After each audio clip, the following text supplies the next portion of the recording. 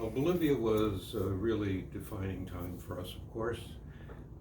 Everything was quite different. It was our first time really out in the world. We were learning a lot. One of the things I was learning through all these experiences was that although I was happy doing the clinical things, I realized I was happiest doing the public health things rather than the clinical experiences. So it made me begin to think that maybe my career choice made before I had the Bolivia experience would not be the correct avenue for me. Ardith and I talked about that a lot as I began to feel more and more as though I wanted to do something that was public health oriented. But I realized I didn't really know what public health was beyond the experience we were having. There was very little discussion of public health in medical school, almost none beyond the life cycle of some intestinal parasites, as I could remember.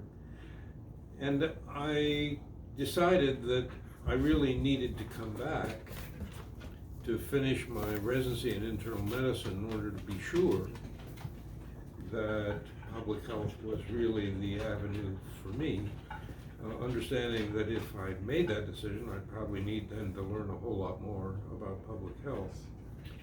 But at the same time, we were very involved in this TB control program, and it was going to last beyond the time that I was projected to leave.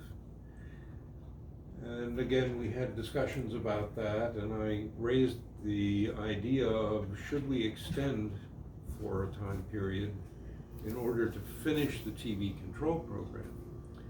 And that might allow us the flexibility then to do some other things, because it will allow me the sense of having completed a task.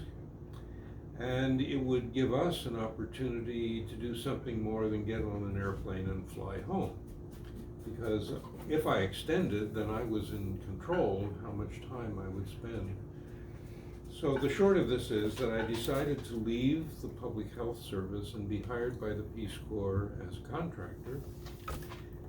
So when I completed my public health service obligations, I did just that. Peace Corps, I'd been in discussions, of course, with the Peace Corps leadership about this, and everything was set up so that they said yes, they'd love to have me stay for a while.